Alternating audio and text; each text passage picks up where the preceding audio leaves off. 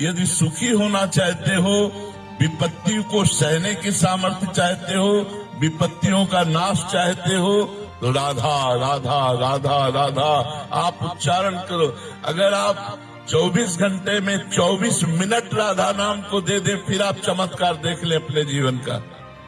24 घंटे में सिर्फ 24 मिनट मांगते हैं हम, वो भी आपके कल्याण के लिए।